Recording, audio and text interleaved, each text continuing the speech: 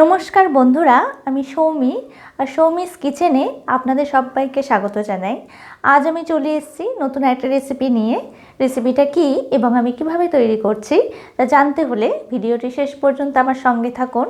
চলুন দেখে নিই রেসিপিটা আমি কিভাবে তৈরি করছি।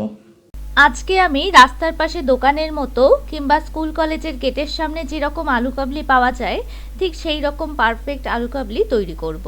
শীতকালে নতুন আলু দিয়ে আলু কাবলি খাওয়ার মজাটাই আলাদা, আর বাচ্চা থেকে বড় সকলেরই প্রিয় এই আলু কাবলি, আর এটা তৈরি করাও ভীষণ সহজ। তাহলে চলুন দেখে নিই আমার আজকের রেসিপি। আলু কাবলি তৈরি করার জন্য বড় সাইজের 8টা নতুন আলু নিয়েছি। আলুগুলো প্রথমে ভালোভাবে ধুয়ে পরিষ্কার করে নিয়ে প্রেসার কুকারে 2টো হুইসেল দিয়ে সিদ্ধ করে নিয়েছি। আলুগুলো আমি খোসা সমেত সিদ্ধ করেছি। এখন আমি খোসাটা ছাড়িয়ে নেব।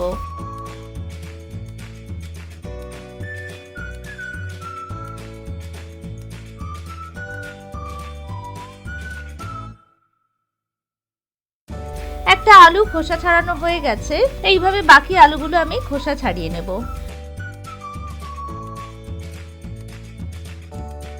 সব আলুগুলো ভালোভাবে খোসা ছাড়িয়ে নিয়েছি। এবার আমি একটা ভাজা মশলা তৈরি করে নেব। ভাজা মশলা তৈরি করার জন্য এখানে একটা কড়াই নিয়েছি। এর মধ্যে 2 টিস্পুন গোটা জিরে দিয়ে দিলাম।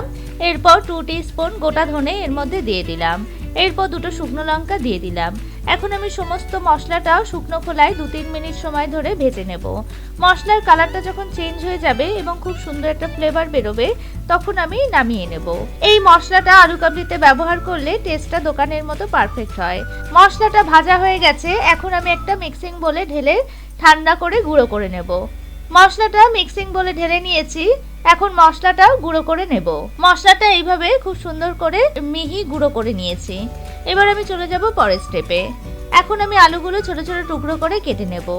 এখানে আমি একটা নাইফ দিয়ে প্রথমে আলুগুলো 4টে টুকরো করে নিয়েছি। এবার আমি এইভাবে ছোট ছোট টুকরো করে কেটে নেব। দোকানে যেরকম আলু কাটা হয় সেই রকম ভাবে টুকরো করে কেটে নিলাম। আলুগুলো আগে সিদ্ধ করে ঠান্ডা করে নিয়ে আলু কাবলি মাখলে খেতে ভালো লাগে। আমি আলুগুলো বেশ কিছুক্ষণ আগে সিদ্ধ করে নিয়েছিলাম, কারণ গরম অবস্থায় আলু কাবলি মাখলে এর স্বাদ কিন্তু ভালো হয় না। এইভাবে সমস্ত আলুগুলো টুকরো করে কেটে নেওয়া হয়ে গেছে। এবার এর মধ্যে বাকি উপকরণগুলো দিয়ে দেবো। প্রথমে আমি পেঁয়াজগুলো দিয়ে দেবো। এখানে আমি 3টে মাঝারি সাইজের পেঁয়াজ কুচিয়ে রেখেছি। পেঁয়াজগুলো দিয়ে দিলাম। এরপর 1 টিস্পুন বিট লবণ বা রক সল্ট দিয়ে দিলাম। এবার লবণটা একটা হাতা বা স্প্যাচুলা দিয়ে মিশিয়ে নেব। এরপর 1 বোল সিদ্ধ করে রাখা আস্ত মটর দিয়ে দিলাম। এরপর 1 বোল সিদ্ধ করে রাখা ছোলা এর মধ্যে দিয়ে দিলাম। এরপর ছোলা ও মটরটা ভালোভাবে মিশিয়ে নিলাম। ছোলা ও মটর আপনারা আপনাদের পছন্দ মতো ব্যবহার করবেন। এবার এর মধ্যে তেঁতুলের পাল্পটা দিয়ে দেবো। আমি কিছুটা পরিমাণ তেঁতুল একটা বোলে বেশ কিছুটা জল দিয়ে মিশিয়ে রেখেছি। এখন তেঁতুলটা ভালোভাবে চিপে বার করে নিয়ে দিলাম। এবার তেঁতুলের পাল্পটা এর মধ্যে দিয়ে দেবো। এখানে আমি 4 টিস্পুন তেঁতুলের পাল্প দিয়ে দিলাম। পরে প্রয়োজন হলে আরো কিছুটা ব্যবহার করব। এরপর ভাজা মশলা 2 টিস্পুন দিয়ে দিলাম। এখন আমি মশলাটা ভালোভাবে মিশিয়ে নিলাম।